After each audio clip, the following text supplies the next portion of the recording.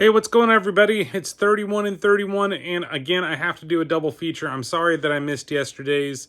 I just didn't get the chance to record everything at the time that I wanted to.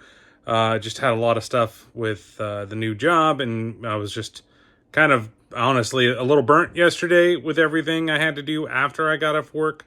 So, unfortunately, I missed it, but I'm making it up today. I did watch the movie yesterday, but I'm giving you another one of these double feature type of things for this 31 and 31.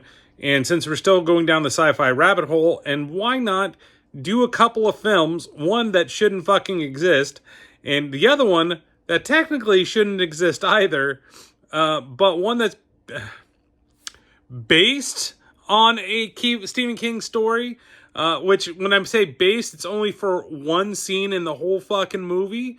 If you know what I'm talking about, if you've seen this movie before. In fact, Stephen King actually sued to get his name off of the film that it was so far from the original story. And of course, I'm talking about The Lawnmower Man and The Lawnmower Man 2 Beyond Cyberspace. So another pair of films. Now, I've never seen the second one, and this is my first time watching that movie.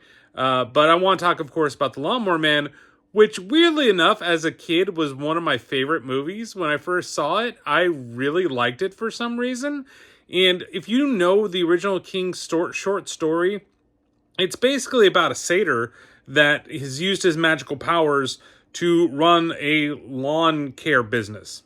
That's basically it. And it does, like I said, and this is not really necessarily a spoiler in the movie, but the only scene that's the same is when Job in the movie uses a lawnmower to run over a guy, and that happens, like, uses his mind powers to do it. And it's funny because the original has Pierce Brosnan in it, and you know, it's a pretty young Pierce Brosnan, and the reason that he's not in the second one is because he was filming Goldeneye, and that interrupted the schedule. And the same thing with the other director. He was in the middle of filming another movie. I forget what the movie is exactly, but I know that it's also a piece of garbage. At least the movie that he was going to film, at least to me, it is. But the first one it's really cheesy. It's just, my lord, like, you know that line in Tropic Thunder, you never go full R word? Yeah, it kind of happens at the beginning of this movie. I mean, Job is a very simple man for most of the beginning of the movie until Pierce Brosnan gets his fingers in him, and then he makes him a much smarter man to all the crap that they do. And like at the time, like the CGI that was used in the movie was really pretty good, pretty on top for what it was for this type of, like, you know, sci-fi horror movie, and dealing with the virtual world and living in cyberspace and using cyberspace in the virtual world to, you know, enhance somebody and make them from a simpleton into such a, you know, smart human being and all this stuff. Like, again, the story wasn't bad, and I think that it just, I don't know what really grabbed it, like why I grabbed onto it when I was a kid. It just, it's not very good. The movie, it's nostalgic for me, but like looking back on it, I'm like, oh my god, yeah, this movie's relatively bad, and it's unapologetically bad. But it was a fucking hit for New Line Cinema back in the day. It was such a hit that's why they made the second movie. And you know, I guess it was such a hit that I fucking loved it as a kid. Not necessarily so much now. Like, you know, rating it now, I think nostalgia factor bumps it up a little bit of me. Like, non-nostalgia, I'd probably say it's like a 2 out of 5, you know, virtual sex scenes. Whereas nowadays, back then, you know, with the nostalgia added to it, it's like a 3 out of 5. As a kid, I would have said it was a 5 out of 5. Oh my god, it's like the best thing ever. Like, the acting's not bad. It comes down to a lot of like the CGI fuckery in the first film that really just like leads it down a terrible path. It does not hold up at all. And while like some of the stuff is like, again, like some of the story stuff and some of the stuff they want to do is not bad. It just how Job devolves into, like, you know, oh, he's living in the system and yada, yada, yada. Like that type of stuff does not necessarily hold up. You know, and of course, Pierce Brosnan is kind of being Pierce Brosnan in this.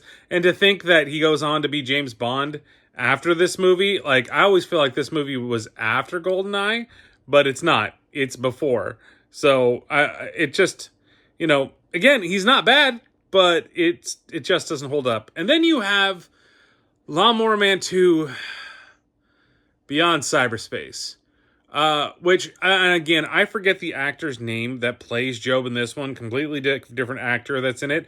But the only reason I remember him is because he voiced the Pink Panther back in '93, a cartoon that I loved to watch when they tried to bring the Pink Panther back. And I loved the Pink Panther growing up. And I remember seeing that and being like, oh my God, he has a voice. And this is the voice of the Pink Panther. So this is the only thing that like I time to. And I know that he's been a bunch of things. He's been in like Watchmen and a bunch of different movies. And I believe he was also in a couple of TV shows at the time. And like, honestly, he has decent comedic timing for what it is. But here, it's just like, it's almost, it feels like, what would they do if they put, you know, Uncle Joey in a sci-fi horror movie? That's where I feel. Like, it's just, like, it's really laughable, and it's going into the future, and he's been pulled out of cyberspace after the end of the first one, working on some big chip, and there's another, like, bad guy, and he, like, oh, we're gonna use him to do all this stuff, and then, oh no, he's actually the bad guy. Oh, how could we do it? He's doing all these nefarious things, and oh no, maybe he's not such the bad guy. Everything is just bad about this movie, from where they tried to go and try to keep continuity and not really even get back. At least the first one kept a little bit to its horror roots. A little bit, not a whole lot. It had some like creepy moments in it, and even watching back on it now, it still like has some things that are entertaining. At least it's so bad, it's so good you could watch it, where this was just, and maybe it was the quality I found out. Like, the whole movie's available on YouTube if you really want to watch it. Like, it's available here. You can search for it. Not just if you wanted to rent it. I mean, if you really searched for it, you could find it. And it didn't take me very long to find it. So if you really want to see a stinker for this, like, again, it had some moments that were decent, but it's just not really worth your time, to be honest. Unless you really want to be a masochist and watch it and sit down and watch it like I do. Like, I'd still give it a 2 out of 5. I don't think, you know, 2 out of 5 pale Jobs. Like, and that's the other thing. He's like almost feels like he's just constantly under this like bluish white light. Like, they made him like way paler than he was. Like, maybe to make him seem like he's a lot more like digital or something. I don't fucking know. Like, I just don't understand. Like, it just seems like every scene, like, it was the idea that either we need to like paint him like he's fucking you know, he's like an albino or something like that, or we just need to put him in some type of blue hue the entire time. Like, it just felt like that, and I just don't know why it was like that. It's just weird. So I don't know. I think if you're gonna have a good time, you go watch The Lawnmower Man, and then you just forget that the second one ever existed. And that's just kind of the way that it goes. All right, so we'll see what happens tomorrow. Another one is 31 and 31s. I'll see you guys soon.